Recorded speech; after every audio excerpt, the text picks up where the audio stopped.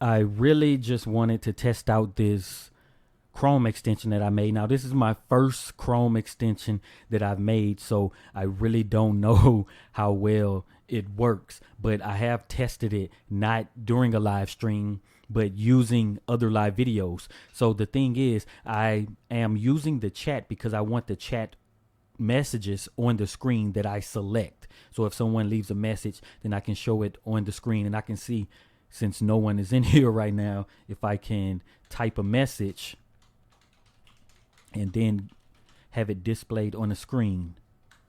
Then I have a message here, and then all I have to do is, this is the extension that I made. So I have a load button. It says add buttons next to live chat messages, if you can see that.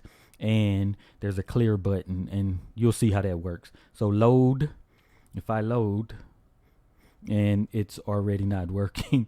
So I need to check, because the way that this works is, I'll let you see some of the code here. So it actually pulls out these different divs. So I need to get the name of the divs during the live chat. So these are actually from chat replays. And I don't know if you know how to do that, but let's see if I can show you this.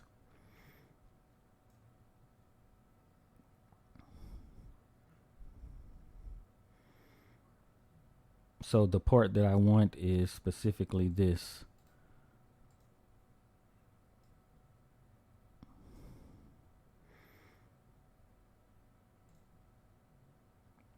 And see, here you have author name,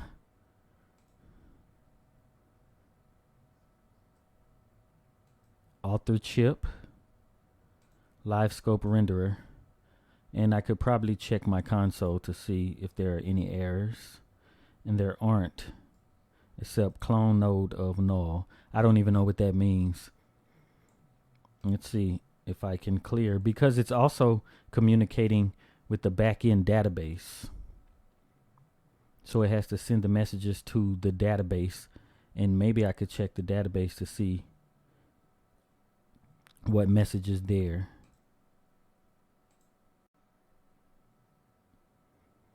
But basically, if you don't know how to load an extension, during testing, anytime I like restart my computer or restart Chrome, it disappears, because they want it to actually go into the Chrome store now for security reasons.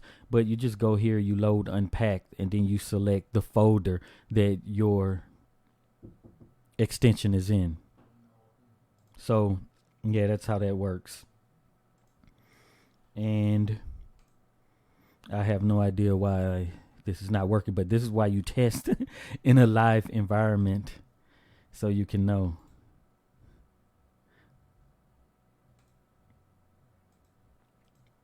What's supposed to happen when I hit load is it actually shows a plus sign here. And in that plus sign, then I click that. Maybe I can show you how it works in theory if I go to an actual live video. Let's see. What are you going to do?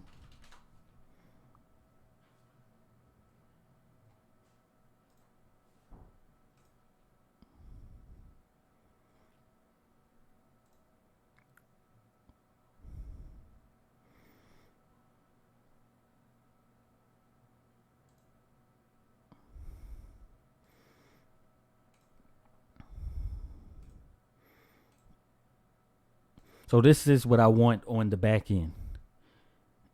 And then if I click this, it asks if I want to update the message. Then I'll say yes. And then it shows up here. If I click someone else's message, it does the same thing. And also, I can, and I have to redo this because I don't have it, where it's always getting the new messages. So all I have to do is this, and it'll show for the new messages. But I can clear what's on the screen like that.